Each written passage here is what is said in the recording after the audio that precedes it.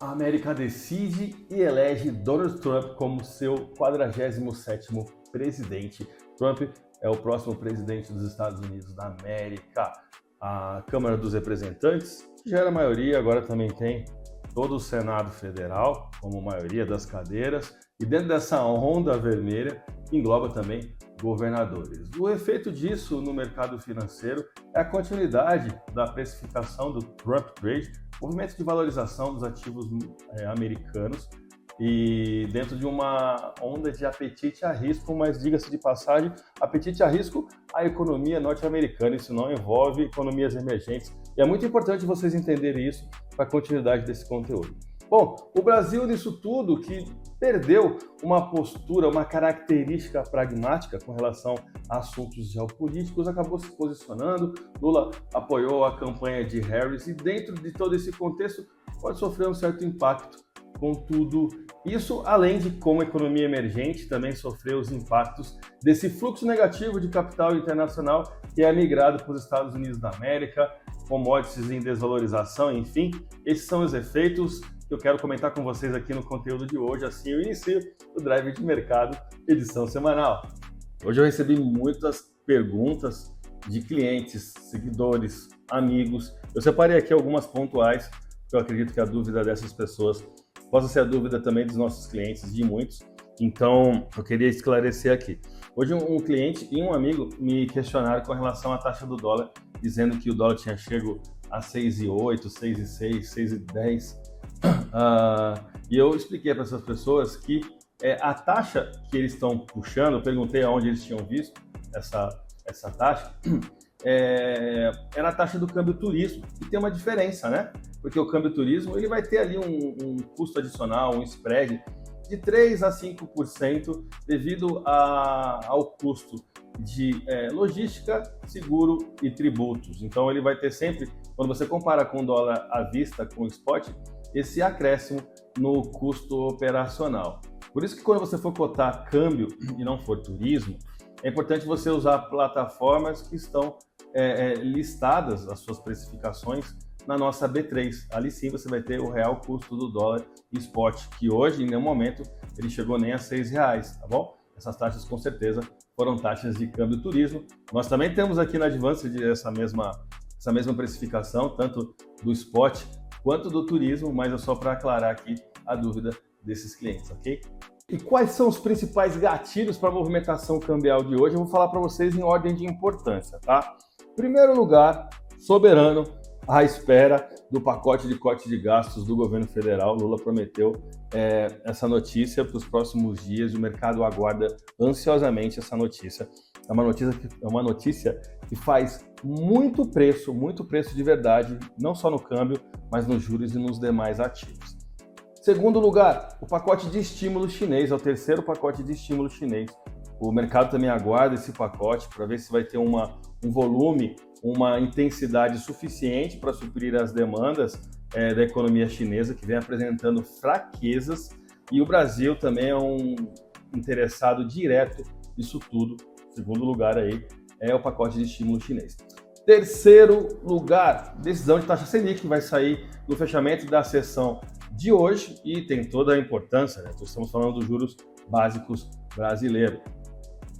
Quarto lugar, o que eu diria para vocês? Amanhã, taxa-alvo do Fed, decisão de taxa de juros do Fed, na Super Quinta, onde nós teremos também a decisão de taxa de juros do Banco Central em inglês, tá certo? Então, essas quatro notícias fazem preço e, por ordem de importância, estão sim precificando o mercado cambial brasileiro e global. Dólar futuro versus dólar de spot, qual é a diferença de preço, pelo amor de Deus? Como precificar? Foi o que me perguntaram hoje. Bom, vamos lá.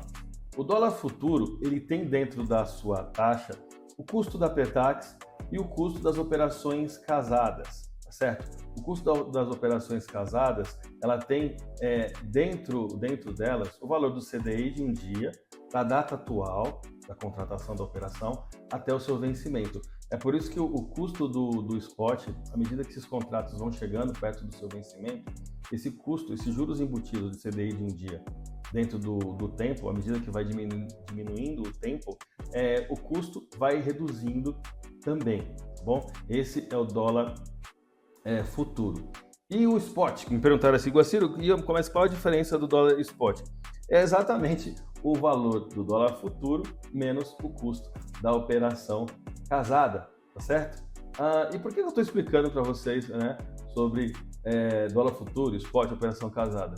Eu disse que a primeira explicação para a gente enxergar a movimentação do dólar hoje foi a questão dos gatilhos, né, de notícias que nós tínhamos saído hoje e também incluindo a questão da curva de juros, né?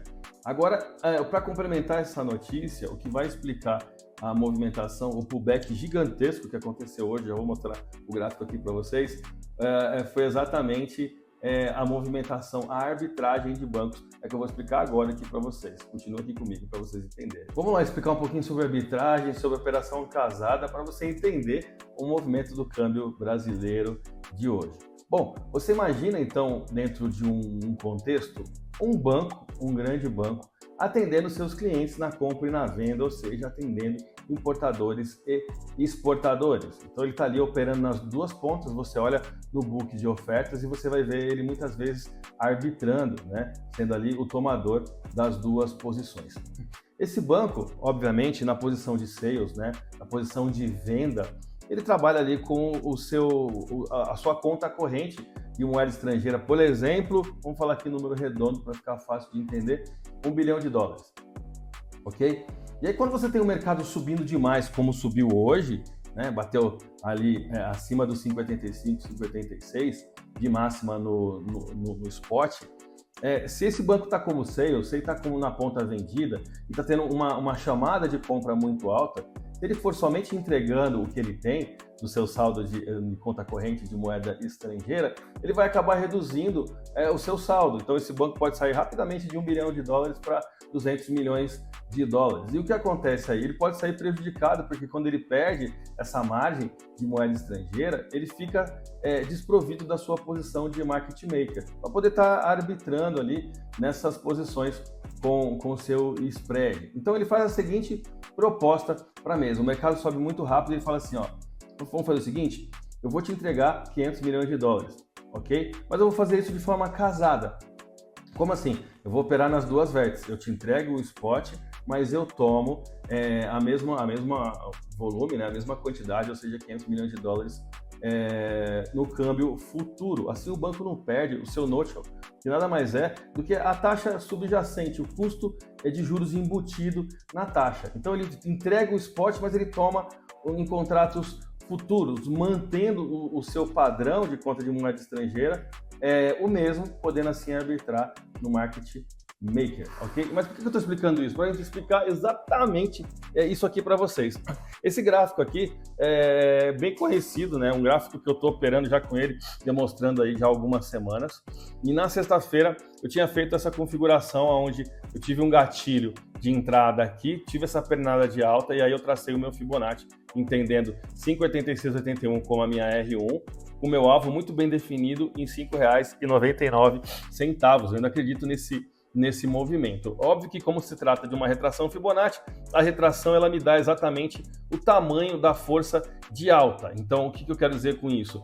Essa retração aqui na segunda linha, na minha média móvel de 9 períodos, diz que essa alta talvez não seja tão intensa assim, mas o mercado pode ainda testar tranquilamente os 5,89 até os R$ 5,99, dependendo das notícias que vão sair hoje. Mas explicando o que eu disse para vocês, quando o mercado subiu muito rápido aqui hoje, olha o pullback que ele fez aqui na sessão de hoje. Quando ele tocou próximo a 5,86, os bancos começaram a arbitrar. Como eu disse para vocês, a operação subiu demais e aí começou a fazer operações casadas, tá certo? Fazendo a troca com o mercado futuro e executando assim a sua arbitragem. E aqui que está o X da questão. Por quê?